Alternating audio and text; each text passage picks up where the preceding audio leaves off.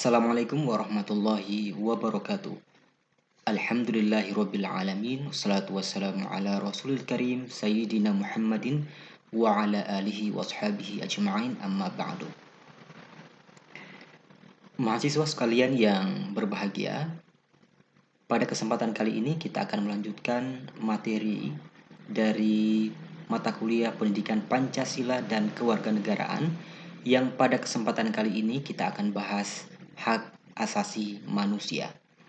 Sebelum kita ingin menjelaskan lebih jauh tentang hak asasi manusia, dalam pembahasan ini ada beberapa sub pokok pembahasan.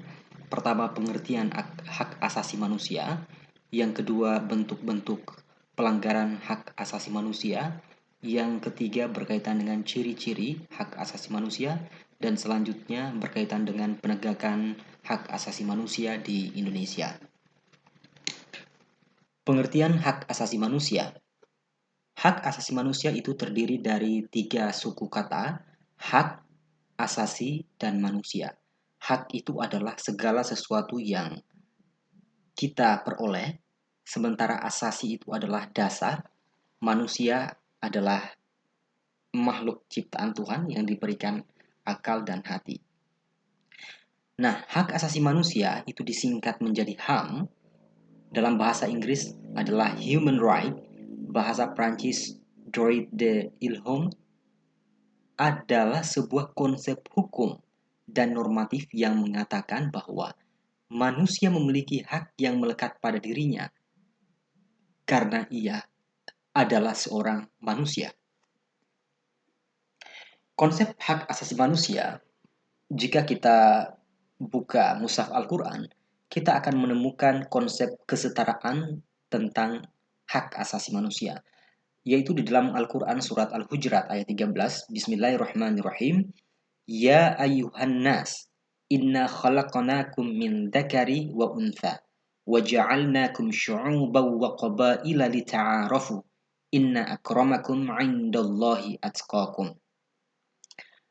Jadi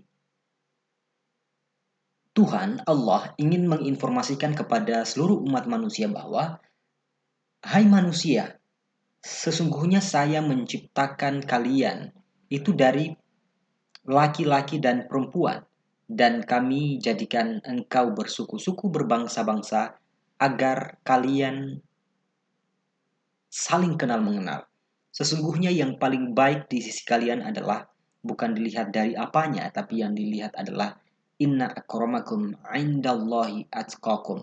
Yang paling tinggi derajatnya di sisi Allah adalah yang paling baik ketakwaannya, sehingga tidak ada perbedaan warna kulit, bentuk hidung, bentuk mata, rambut, dan lain sebagainya. Nah, kalau kita ingin lihat John Locke, beliau mengartikan bahwa hak asasi manusia itu adalah hak-hak yang diberikan langsung oleh Tuhan sebagai hak kudrati, hak bawaan.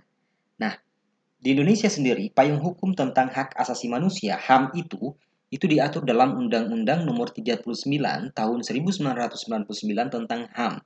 Di situ diartikan bahwa HAM adalah seperangkat hak yang melekat pada hakikat dan keberadaan manusia sebagai makhluk Tuhan yang Maha Esa dan merupakan anugerah yang wajib dihormati, dijunjung tinggi, dan dilindungi oleh negara, hukum, pemerintah, dan setiap orang demi kehormatan serta perlindungan rakyat dan martabat manusia.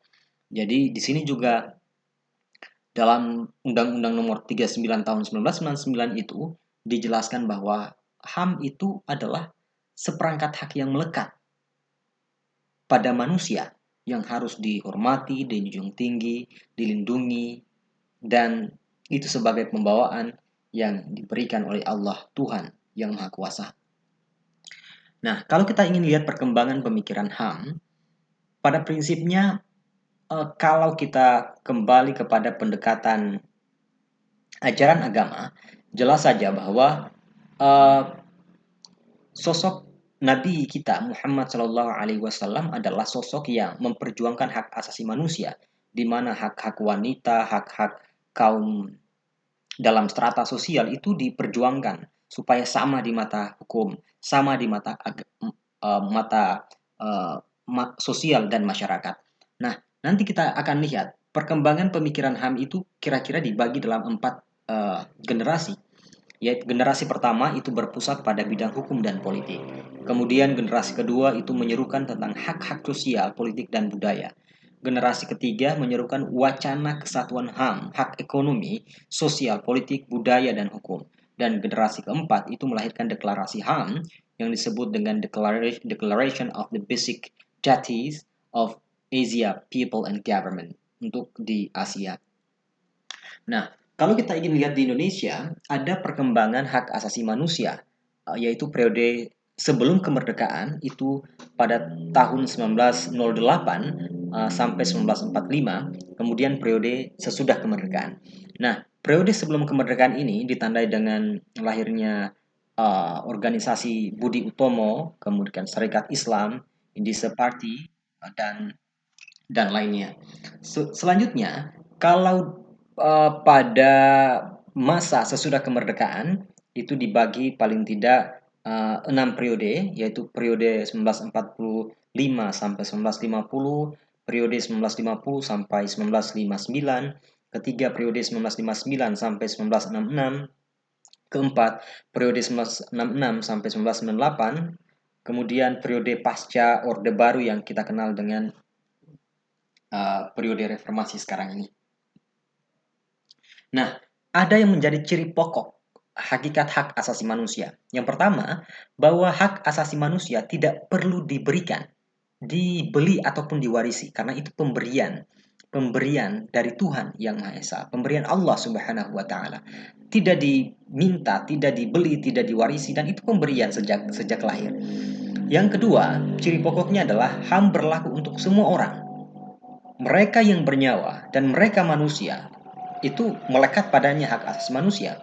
Dan yang ketiga adalah HAM tidak bisa dilanggar. Nah, berkenaan dengan ini, bentuk-bentuk hak asasi manusia di dalam Undang-Undang 1945 itu memuat yang pertama hak kebebasan untuk mengeluarkan pendapat. Jadi setiap manusia, setiap orang itu berhak untuk mengeluarkan pendapat. Yang kedua adalah hak kedudukan yang sama di dalam hukum. Yang ketiga, hak kebebasan berkumpul. Dan yang keempat, hak kebebasan beragama. Nah, ini dijelaskan di dalam Undang-Undang Dasar Negara Republik Indonesia tahun 1945. Nanti kalau kita lihat, penjabaran atau operasionalisasi dari amanat Undang-Undang Dasar tadi itu dibentuknya Undang-Undang Nomor 39 tahun 1999 tentang HAM. Paling tidak bentuk-bentuk HAM itu yang pertama adalah hak untuk hidup. Kedua, hak untuk berkeluarga dan melanjutkan keturunan. Yang ketiga, hak untuk mengembangkan diri. Yang keempat, hak memperoleh keadilan. Kelima, hak untuk kebebasan pribadi. Keenam, hak atas rasa aman. 7, hak atas kesejahteraan. 8, hak turut serta dalam pemerintahan. 9, hak wanita. Dan 10 adalah hak anak. Nah, inilah yang disebutkan di dalam landasan hukum HAM ini supaya kita memiliki perlindungan terhadap diri kita. Nah, bagaimana kalau terjadi pelanggaran HAM? Nah, pelanggaran HAM adalah setiap perbuatan seseorang atau sekelompok orang, termasuk aparat negara, baik disengaja ataupun tidak disengaja, atau kelalaian yang secara hukum mengurangi, menghalangi, membatas, dan atau mencabut hak asasi manusia seseorang atau kelompok orang yang dijamin oleh undang-undang dan tidak didapatkan atau dikhawatirkan tidak akan memperoleh penyelesaian hukum yang berlaku. Ini menurut Undang-Undang Nomor 26 Tahun 2000 tentang Pengadilan HAM. Nah, bagaimana penegakan dan perlindungan HAM di Indonesia? Jadi, kalau kita lihat, itu ada yang namanya sarana yang berbentuk institusi atau kelembagaan, dan yang kedua adalah sarana yang berbentuk peraturan atau undang-undang. Nah, sarana yang berbentuk institusi kelembagaan, ini kita bisa lihat, yaitu adalah lembaga advokasi tentang HAM yang dibentuk oleh LSM. Kemudian ada Komisi Nasional Hak Asasi Manusia atau Komnas HAM. Kemudian ada Komisi Nasional Hak Asasi Manusia untuk Perempuan. dan lain sebagainya. Sementara sarana yang berbentuk peraturan perundang-undangan itu lewat Undang-Undang Nomor 39 Tahun 1999, kemudian keputusan Presiden dan lain sebagainya. Nah, kita lihat kasus pelanggaran HAM. Uh, Pernah kita mendengar tragedi 1965 itu uh, dengan tragedi PKI yang menyebabkan uh, jatuhnya banyak korban. Kemudian kita kenal juga uh, terbunuhnya Munir atau kasus Munir, dan tragedi kerusuhan 1998, tragedi Semanggi, kemudian Trisakti dan lain sebagainya. Itu adalah bentuk-bentuk dari pelanggaran HAM untuk di Indonesia. Mahasiswa sekalian, demikian penjelasan singkat tentang HAM, seputar HAM, dan selanjutnya saya minta kepada mahasiswa sekalian untuk coba membaca Undang-Undang Nomor 39 Tahun 1999 agar memiliki pengetahuan yang utuh berkaitan dengan hak asasi manusia. Demikian penjelasan, harap materi ini disimak baik-baik dan selanjutnya diberikan kesimpulan-kesimpulan sesuai dengan apa yang kalian pahami. Demikian, Assalamualaikum warahmatullahi wabarakatuh.